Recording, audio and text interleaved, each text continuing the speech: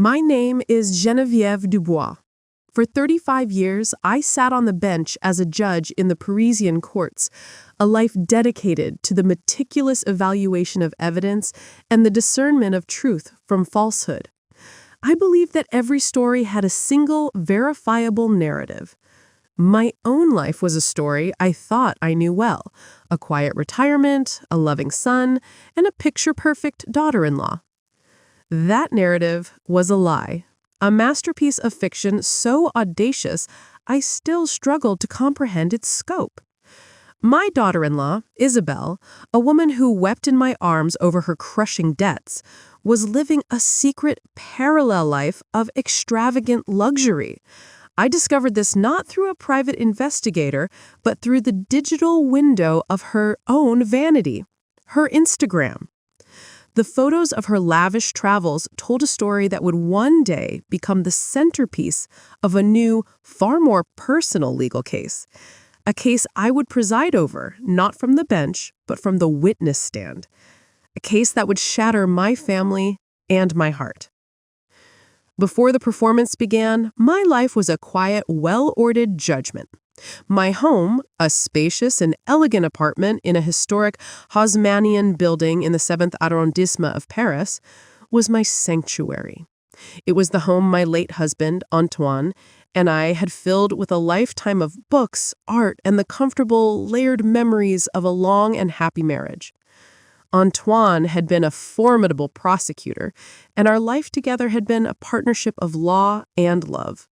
Since his passing, the apartment, with its high ceilings and herringbone floors, had become my quiet companion, its silent dignity a comfort. My retirement from the judiciary had been a transition not into idleness, but into a different kind of purpose. My days were a peaceful rhythm of volunteer work at a local legal aid clinic, long walks through the Garden of Luxembourg, and evenings with a book and the quiet company of my memories. I was competent, I was financially secure, and I was content. I was a woman who knew her own mind, who had spent a lifetime dissecting lies and delivering verdicts. I believed myself to be impregnable, a fortress of reason and experience. It was a fortress with one tragically unguarded gate: my boundless, complicated love for my only son. My son Luke had always been the softer of us, a poet in a family of lawyers. He had his father's kindness, but none of his steel. An art history professor at the Sorbonne, he was a brilliant but gentle soul, more comfortable in the quiet, dusty archives of the past than in the sharp-elbowed world of the present. His life had been a series of quiet disappointments, and I, his mother, had always been his staunchest defender and his softest place to land. Then he found Isabel. He met her at a university fundraiser, and he came to my home a man resurrected. She was, he told me, a brilliant financial consultant for a private art investment firm. She was beautiful, vibrant, and she understood his passion for art with a depth that electrified him. When I met her, I understood his adoration. Isabel was a masterpiece. She was not just beautiful, she was luminous, with a radiant smile and a confident, easy grace that was utterly captivating. She was the perfect partner for my son, her vibrant energy a perfect counterbalance to his quiet nature. She seemed to see the brilliant, passionate man I always knew he was, buried beneath his quiet exterior. She did not just love him, she seemed to be completing him. I was not just happy for him, I was profoundly grateful. They married in a beautiful, tasteful ceremony in a small chapel in Saint-Germain-des-Prés. It was a perfect day. The trouble began almost immediately afterward. It began with the story of debt. A story Isabel told with such convincing, heartbreaking shame that we were all completely captivated. She came to me and Luke one evening, her beautiful face a mask of profound, tearful sorrow. She confessed that she was in terrible financial trouble, A series of family medical crises and a disastrous business betrayal by a former partner had left her with a mountain of crushing high-interest debt. She had been too ashamed to tell Luke before they were married, hoping she could handle it on her own. But now the creditors were closing in. She wept in my son's arms, a perfect portrait of a good woman in a terrible situation. She sobbed, "I am so sorry. I have brought this shame upon our new marriage." Luke, my kind, loving Luke, was magnificent. He held her, comforted her, and assured her that her debt was now their debt, that they would face it together as a family. And he, in his love and his desire to be her hero, turned to me, his eyes full of a desperate, hopeful plea. It was a substantial sum, enough to make me pause. But I looked at my son, so full of a noble, protective love, and at this beautiful, broken woman he had married, and my heart, a mother's foolish, hopeful heart, overruled my judge's mind. I agreed to help.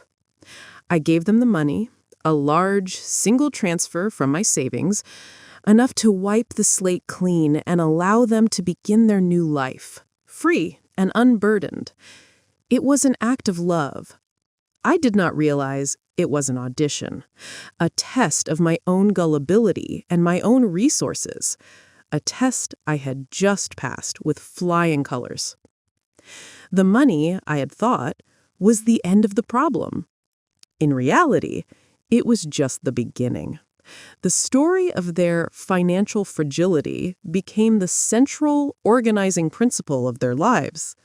They moved in with me, a temporary measure to save on the exorbitant Parisian rent while they rebuilt their savings. My quiet, elegant home became the headquarters for their performance of noble poverty. They were a team, a perfectly synchronized pair of actors. They would speak in hushed, worried tones about the price of groceries. They would express a deep, convincing guilt over any small luxury. "We cannot possibly afford that, my love," Isabelle would say to Luke, with a sad, brave smile when they passed a restaurant they had once frequented. Their campaign was not just about them, it was about me. They began a slow, methodical assault on my own life, all under the guise of loving concern. "Maman," Luke would say, his brow furrowed with a worried frown, "we have been looking at your expenses. This apartment, it is a palace. The taxes, the upkeep, it is a fortune. You're living on a fixed income. You are house poor." Isabelle would then apply the emotional pressure. "We lie awake at night worrying about it," she would say, her eyes welling with tears. "We are only doing this because we love you, Geneviève. We want you to be secure. The only responsible thing to do is to sell this apartment. We can take the money, invest it for you in a secure, professionally managed trust, and move all of us into a lovely, more manageable home. We will be a real family, all together, and you will never have to worry about a thing." They were not just trying to steal my home, they were making it sound like an act of selfless filial devotion. Despite their flawless performance, I began to notice a small, almost imperceptible crack in their perfect facade of poverty. It was a detail so small, so seemingly insignificant, that I almost dismissed it as my own imagination. It was Isabella's perfume. She wore a specific, very expensive, and very rare scent from a small, artisanal perfumer in the Marais. It had been her signature scent since I had known her. After she had confessed her debts, she had made a small, sad show of giving it up. "An indulgence I can no longer afford," she had said with a brave little sigh. But one day, about a month after I had given them the money, the scent was back. It was faint, but it was unmistakable. I complimented her on it, expecting her to say a friend had given her a sample. But she looked at me. A flicker of something. Was it panic in her eyes? "Oh, this," she said with a little laugh, a sound that was a fraction of a second too late. "It is just a cheap imitation, I found. It is amazing what they can do with synthetics these days, is it not?" It was a perfect, plausible lie. But I was a judge, and more than that, I had been a collector of rare perfumes myself for 30 years.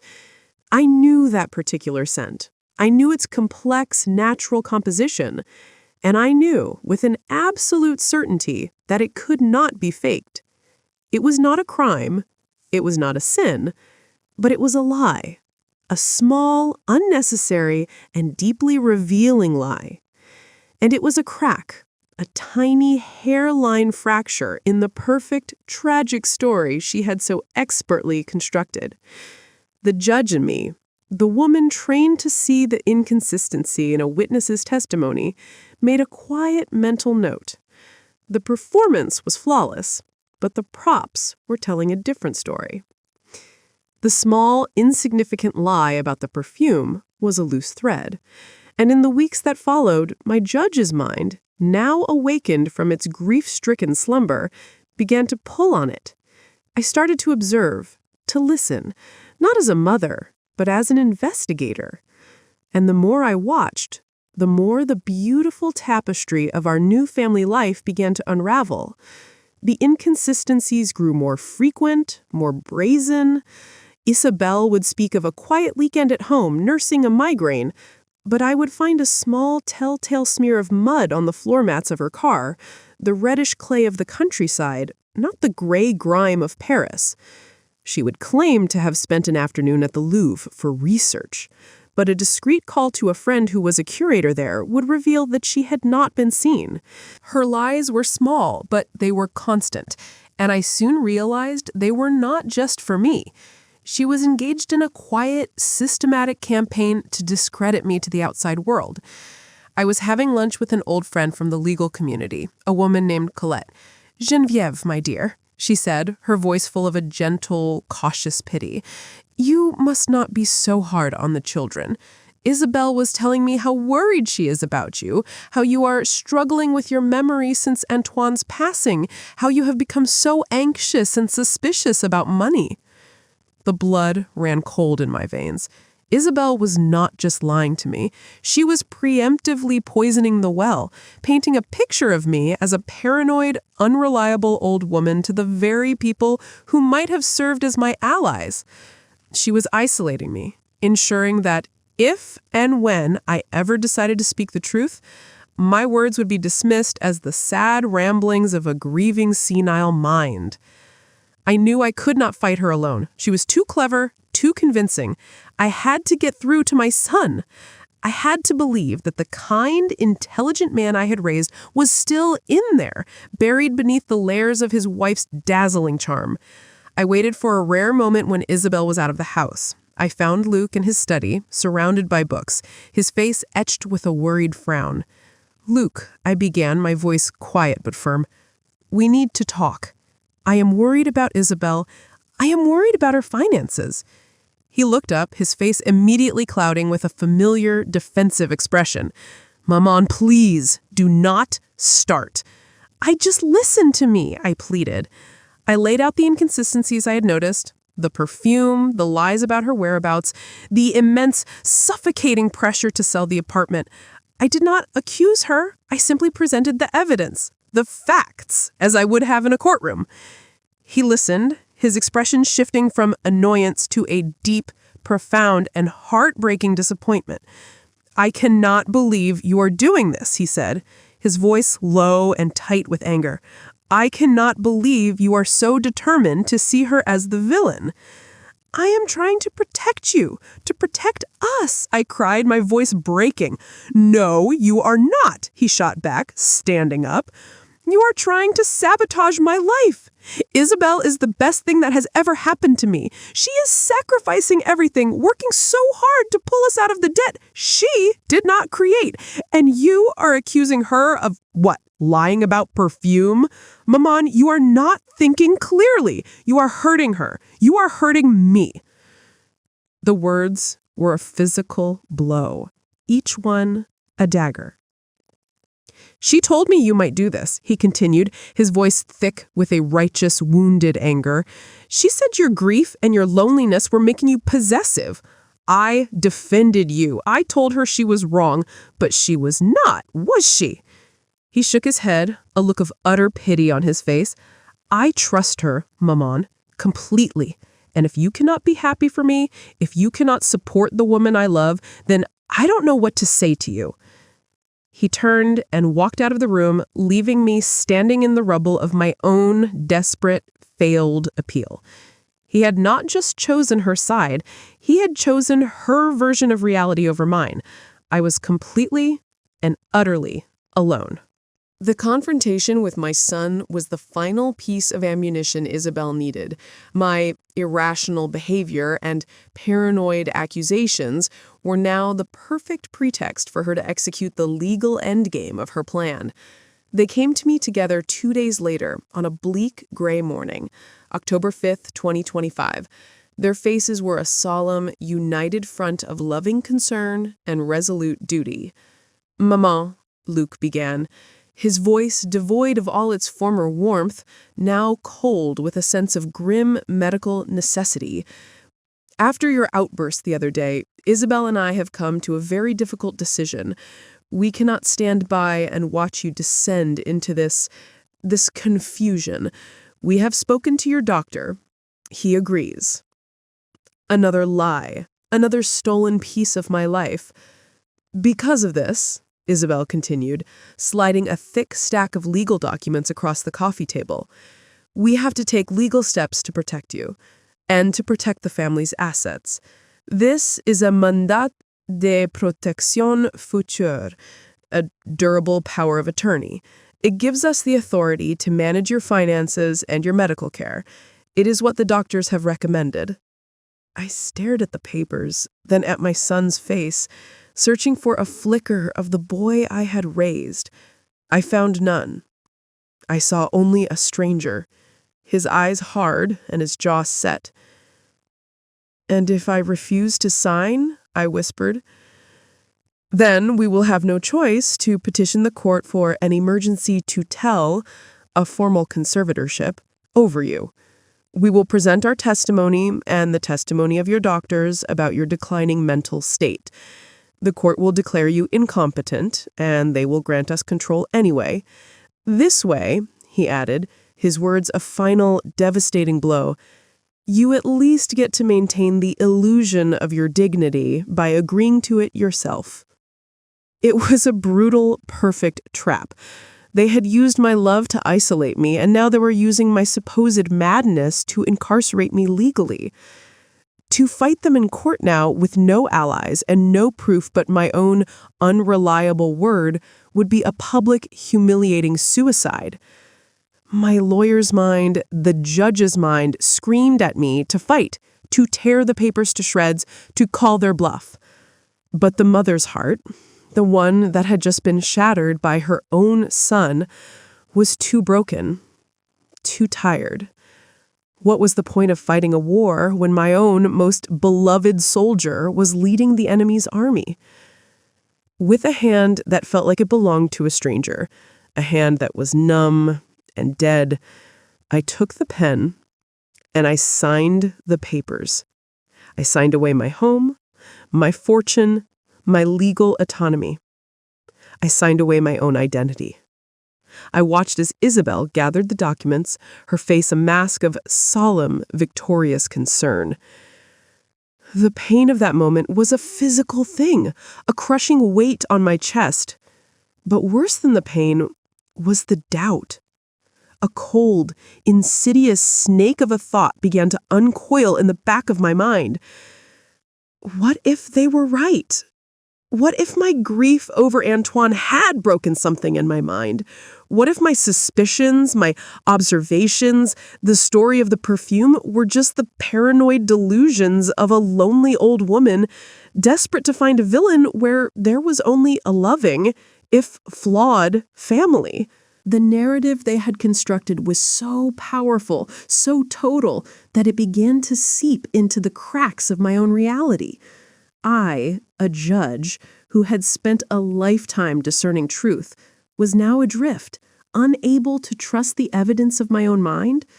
The pain of that doubt was a deeper, more searing wound than any betrayal could ever inflict. With the legal documents signed, the last vestiges of their performance fell away. Isabel's piety, her loving concern, was replaced by a cool, efficient, and undisguised authority. She was now the legal and financial master of my life, and she began to act like it. The beautiful Parisian apartment was officially put on the market. Isabella was on the phone constantly with real estate agents and bankers, her conversations open and brazen, as if I were a piece of furniture, a ghost who could hear but not comprehend. Luke was a stranger to me now. He would speak to me with a strained, careful kindness, the kindness of a dutiful guardian to his mentally ill charge. He was happy in his delusion, secure in the righteousness of his own betrayal. I was trapped. I was a prisoner in my own home, a powerless spectator to the systematic dismantling of my own life. My world had become a confusing, painful fog of self-doubt and sorrow. The house had a buyer. The closing date was set. They had found a small, simple but comfortable retirement apartment for me across the city.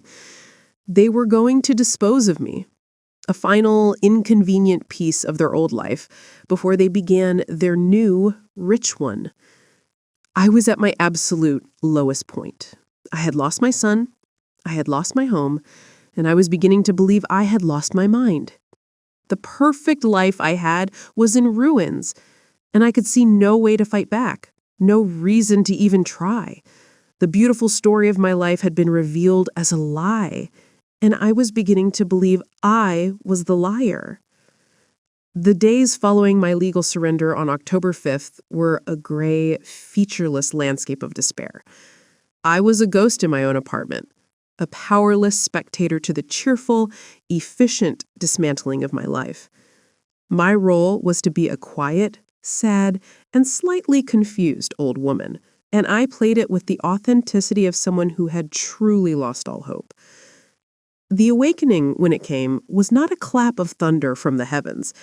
It was a quiet, digital whisper in the dead of night. I was sitting in my armchair, unable to sleep, idly scrolling through my tablet, a meaningless distraction from the torment of my own thoughts. And then a strange, masochistic curiosity seized me. I wanted to see her, not the pious, concerned woman who lived in my home, but the one who existed to the outside world. I typed Isabel's maiden name into the search bar of a social media app. Her profile was private, but there was a list of suggested friends, and among them a single public profile with a name that was a slight variation of hers. The profile picture was a silhouette of a woman against a sunset.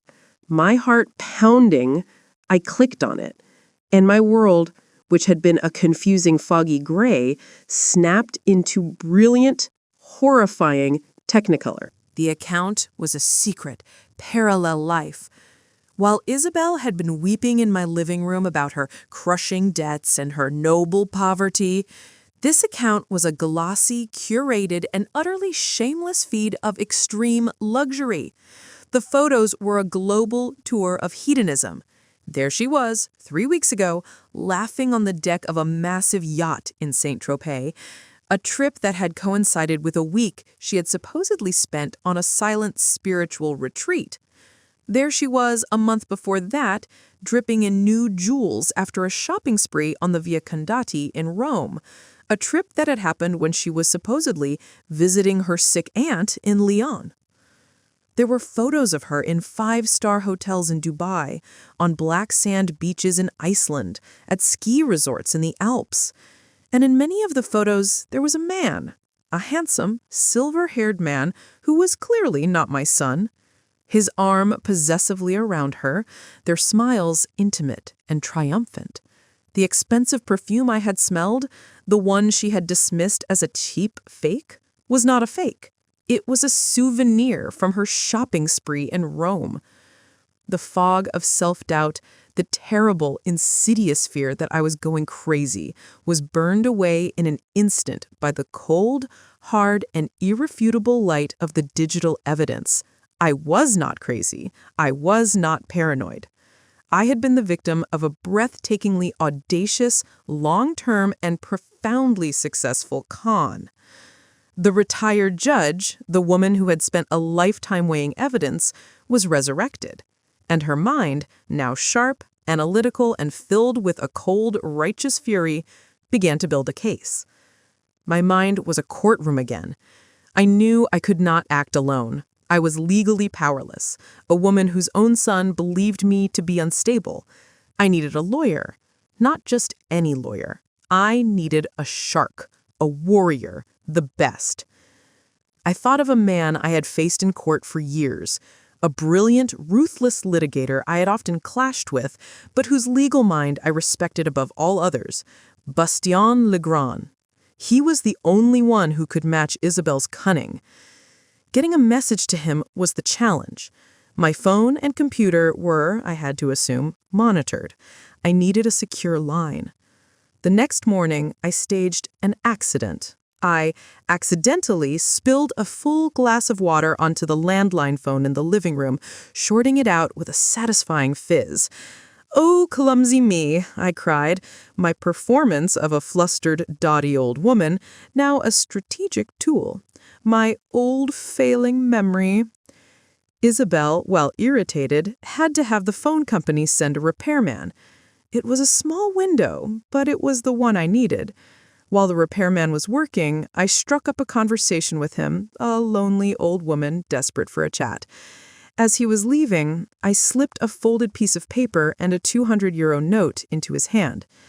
"Young man," I whispered, my eyes wide with a conspiratorial plea, "my daughter-in-law worries so much. She manages all my calls. But there is an old friend I have been meaning to call for weeks. It would mean the world to me if you could make this one private call for me when you leave. Please." The note contained Bastien Legrand's private number and a simple, urgent message. "Judge Geneviève Dubois needs to speak with you. It is a matter of life and death." Bastien agreed to meet me. The meeting was a masterpiece of clandestine planning. He came to my apartment himself under the guise of an art appraiser, a colleague of my late husband's, there to evaluate Antoine's collection for insurance purposes. He walked through my home, his sharp eyes taking in everything, not just the art, but the tense atmosphere, the condescending way Luke spoke to me, the watchful presence of Isabel. We spoke in my private study, the one room they rarely entered. I did not give him an emotional plea. I gave him a legal brief. I showed him the Instagram account on my tablet. I showed him the timeline of her supposed poverty versus her documented luxury. I showed him the power of attorney I had been coerced into signing. Bastien, a man not easily impressed, scrolled through the glossy, damning evidence, a slow, cold smile spreading across his face. "My God, Geneviève," he said, a note of genuine awe in his voice. "She is not just a con artist. She is a virtuoso. The sheer brazen arrogance of it. It is a work of art." His smile vanished, replaced with the look of a predator who has just caught the scent of blood. "And the case like this, it is the case of a lifetime. I will take it." His first instruction was a familiar one. "You must go back out there," he said, "and continue to be the sweet, confused, and utterly defeated woman they believe you to be. You must agree to the sale of the apartment. We must let them walk all the way to the edge of the cliff. Their arrogance is what will deliver them to us." I was no longer just an actress. I was an undercover operative, a willing bait in a trap of my own design. I perfected my role. My memory became worse. my confusion more profound. I became even more cooperative, more docile. I talked about the upcoming sale of the apartment with a kind of heartbreaking, childlike resignation. "It will be a new adventure, will it not?" I would say to my friends, my voice a tremulous, sad whisper. "A simpler life." Luke and Isabel were completely fooled. They saw my compliance as the final, inevitable surrender of a broken mind. They became more careless than ever, their conversations in front of me now completely unguarded, as if I were a piece of furniture, a deaf and dumb witness to their triumph. While I played my part, Bastien's army of investigators and forensic accountants went to work.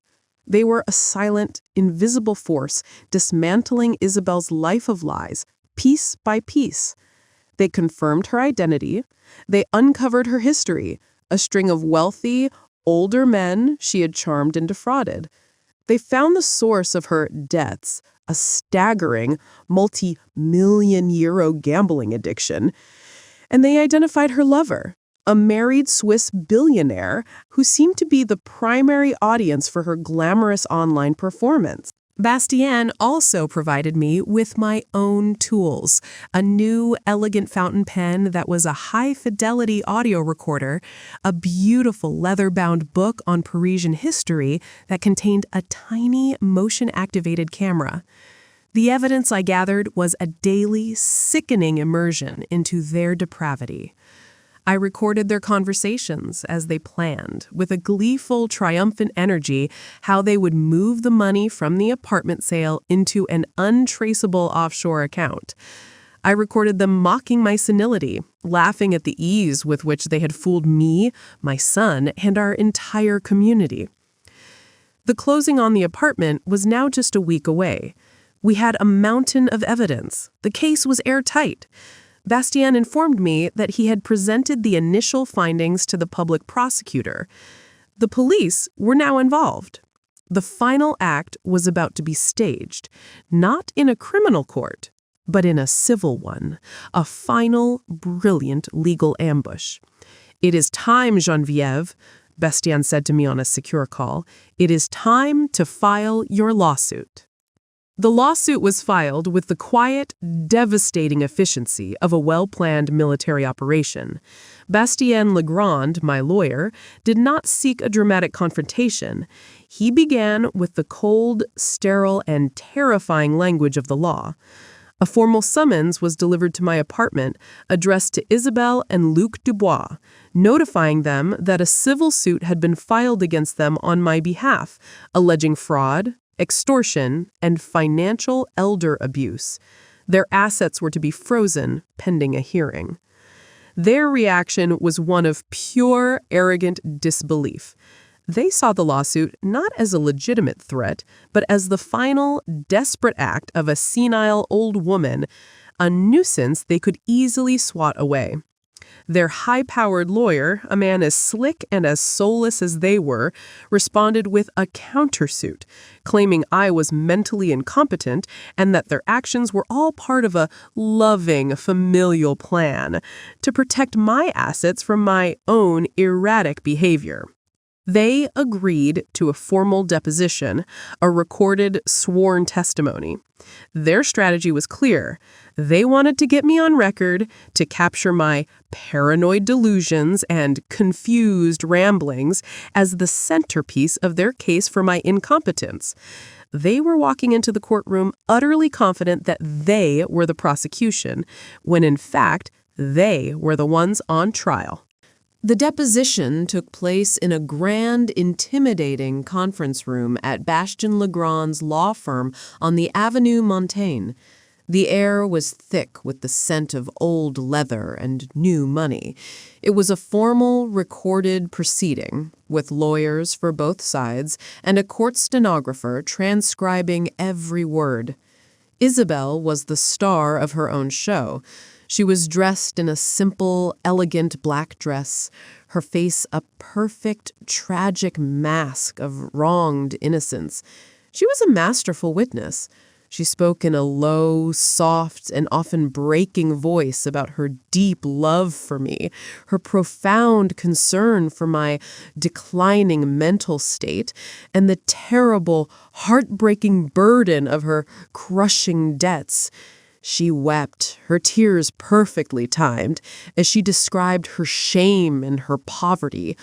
"All we have ever wanted," she said, her gaze fixed on the neutral face of the stenographer, "is to protect Geneviève. This lawsuit, it is the ultimate proof of her tragedy. She sees enemies where there is only love." Luke, my son, was her supporting actor.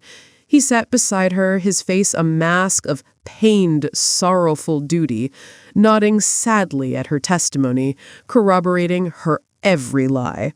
"My mother has not been herself for a very long time," he said, his voice thick with a convincing filial grief. "She is a different person. She is lost." They were brilliant, they were convincing, and they were lying through their teeth. Then it was my turn. I was not the frail, confused woman they had so expertly described. I was calm, I was lucid, I was dressed in a simple, authoritative suit, the old uniform of my life on the bench. I was Judge Geneviève Dubois, and I was about to take control of my own courtroom. I began my testimony not with emotion, but with a cold, methodical presentation of facts. I laid out the timeline of their campaign against me, from their first mention of debts to the signing of the power of attorney. I spoke with the detached precision of a judge reading a summary of a case, my voice even, my facts unassailable.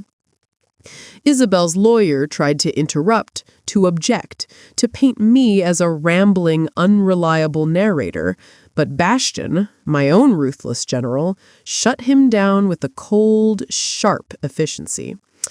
Next, I reached the heart of my testimony. My daughter-in-law and my son have built their entire case on two fundamental pillars. The first is their own profound, crushing poverty. The second is my own profound, tragic mental decline. I would like to address these two pillars directly. I turned to Isabel, a cold smile touching my lips. But my daughter-in-law's greatest performance was not her pretense of poverty in my home, but her pretense of a successful life to the world. Bastien Legrand stood up. "Mademoiselle Isabelle," he began, his voice a low, dangerous purr, "you have testified under oath, a crime to lie in this setting, that you are burdened by crippling debts, that you have no money for even the simplest of life's luxuries. Is that correct?" "Yes," she said, a single perfect tear rolling down her cheek. "It has been a terrible, humiliating struggle." "A terrible struggle indeed," Bastien said. He nodded to an assistant who turned on a large, high-definition screen on the wall. "Then perhaps you can explain this." The first image that flashed on the screen was a brilliant, sun-drenched photograph. It was of Isabel laughing on the deck of a massive yacht in Saint-Tropez, a glass of champagne in her hand. "This was posted to your public Instagram account under the name Issa Dubois," Bastien said calmly. "The date is 3 weeks ago. On the very same day, you sent my client a tearful message about not having enough money for groceries." He clicked to the next slide. A picture of Isabel in a new, stunningly expensive designer gown, posing in the lobby of a 5-star hotel in Milan. This was from the month before. According to the bank records, he held up a document, this trip was funded by a €10,000 withdrawal from your mother-in-law's savings account. Slide after slide of the evidence mounted. The shopping spree in Rome, the ski trip to the Alps, the first-class flights. Each glossy, beautiful, and utterly shameless photograph was a nail in the coffin of her lies. The room was stunned into a dead, absolute silence. Isabel stared at the screen, at her own public, triumphant lies being used as a legal weapon, her face a mask of pure, horrified disbelief. Her lawyer was speechless. Luke stared at the photos, at the irrefutable digital proof of his wife's deception, and his face began to crumble. Bastien delivered the final, devastating line, his voice echoing in the silent room. Your client, counsel, says she has no money to pay her debts, but the photos of luxury travel she posts on Instagram tell a completely different story to the court. The struggle that followed was not a physical one. It was the complete, violent, and glorious implosion of a world built on lies. Isabel, cornered and exposed, her beautiful, curated life revealed as a common, sordid fraud, finally, completely broke. She did not weep. She did not confess. She erupted, a torrent of raw, ugly, and venomous rage. She screamed at her lawyer for his incompetence. She screamed at Bastien, calling him a devil. She screamed at me, her voice a raw, ugly sound of pure, unadulterated hatred. You old witch! You are supposed to be a foolish, sentimental old woman. And then she turned on my son. As she was screaming, the conference room door opened. 2 police detectives who had been monitoring the deposition from a nearby room walked in. They had been given the complete case file from Bastien, including the evidence of her past frauds uncovered by his investigators. Isabelle Dubois, the lead detective said, his voice calm and final. You are under arrest for grand larceny and felony fraud. The sight of the police, the absolute finality of her defeat, pushed her over the edge. Her rage turned from me to the source of her ruin, my son's weakness. And you, she shrieked at Luke, as the detectives reached for her arms. You weak, pathetic, foolish boy. This is your fault. You were supposed to control her. You were supposed to be a man. Luke, who had been sitting in a state of catatonic shock, finally broke. The last of his denial, his love, his entire foolish and misplaced faith shattered. You lied to me, he sobbed, his voice the raw, agonized cry of a man who has just discovered his entire life is a fraud. You lied about everything. They were still screaming at each other, their beautiful, perfect partnership dissolving into a pathetic spectacle of mutual blame and hatred as the police led a fighting, struggling Isabel from the room. Luke was left a broken, weeping man who would also, I knew, have to face his own separate justice as an accomplice. I sat calmly at the table, a quiet, powerful figure who had just delivered her final and most personal verdict. The case was over. Justice, in all its brutal, clarifying, and wonderful light, had been served. The chaos of the deposition, the raw, ugly explosion of truth, was followed by a profound, echoing silence. As Isabel was led away in handcuffs, her face a mask of furious disbelief, and my son, Luke, was gently but firmly escorted to another room for questioning, the grand conference room became a strange, quiet pocket of time. My lawyer, Bastien, stood by my side, a silent, formidable guardian. He had not just been my lawyer, he had been my general, and we had just won the war. The story of the Instagram scammer and the judge's revenge, as the tabloids sensationally dubbed it, became a massive scandal in Paris.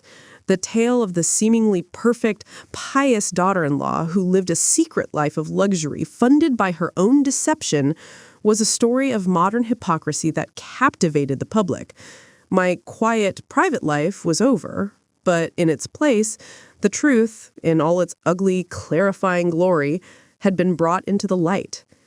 Returning to my apartment that evening was a strange homecoming. It was no longer a prison, no longer a stage for a painful performance. It was mine again. But the silence in the elegant, high-ceilinged rooms was not peaceful. It was the silence of a battlefield after the fighting is over, a place haunted by the ghosts of a family that had been. The legal battle was won, but the emotional war, the one that raged in my own heart, was only just beginning. The legal process was a slow, grinding machine, but its conclusion was inevitable. The evidence against Isabel was an insurmountable digital mountain. Her own Instagram feed, presented in court as a certified, time-stamped exhibit, was a glossy, full-color chronicle of her lies. Each photo of a lavish trip or an expensive purchase was cross-referenced with bank statements showing the corresponding withdrawals from my accounts and with her own tearful, sworn testimony from the deposition where she had claimed to be penniless. The secret recordings, the forensic accounting reports, and the evidence of her past frauds uncovered by Bastion's investigators completed the picture. She was not just a liar, she was a professional predator. The verdict was a formality. Guilty. On all counts. Conspiracy to commit grand larceny, felony financial elder abuse, and multiple counts of perjury. The judge, a man I had known for years, looked at her with a cold, weary contempt. He said, "You have made a mockery of this family's love and a mockery of this court." His voice was heavy with disdain. She was sentenced to 12 years in prison. Her social downfall was as spectacular and as public as her Instagram feed had once been. My relationship with my son was the great unresolved casualty of the war. He was a broken man, consumed by a shame so profound it was like a physical illness. He moved into a small, rented room on the other side of the city and began the quiet, humiliating work of his community service. He wrote me a long, agonizing letter of apology, a torrent of self-loathing and regret. He took full responsibility for his weakness, his blindness, and his profound betrayal of my trust. He did not ask for forgiveness. He did not believe he deserved it. I did not reply for many months. The wound was too deep, the trust too completely obliterated. Finally, I visited him at the soup kitchen where he was serving his community hours.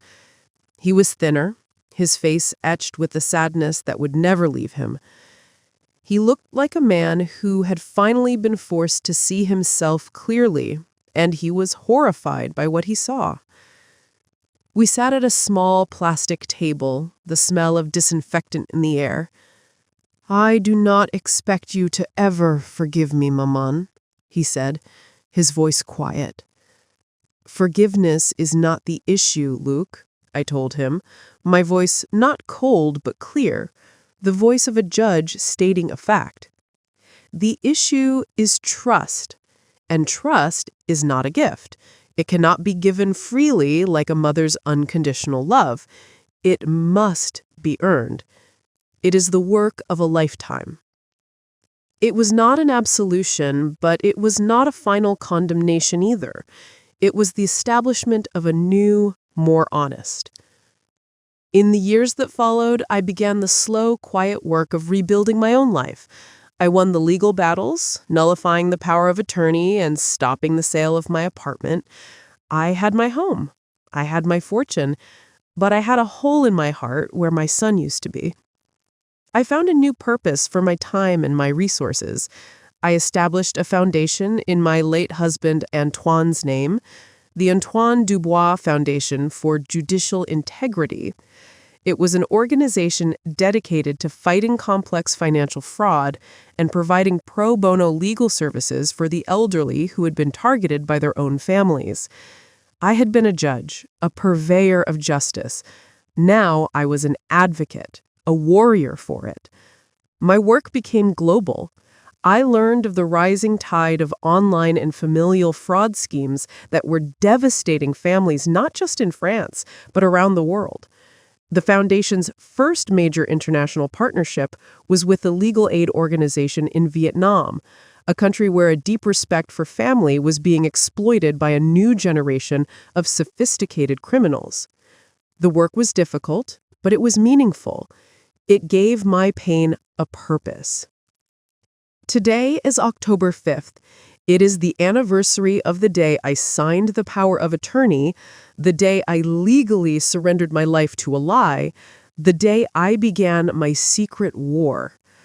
I'm sitting on the balcony of my beautiful Parisian apartment, a cup of coffee in my hand, looking out at the familiar, beloved skyline. Luke is coming for dinner tonight. He has served his probation. He works a quiet, humble job as a researcher at a small library. He is a different man now, quieter, wiser, and deeply, profoundly remorseful. Our relationship is a careful, deliberate construction, a slow and painstaking process of rebuilding trust, stone by stone. It is not what it once was, but it is honest. I often think about my life as a judge, a life spent weighing evidence to find the truth.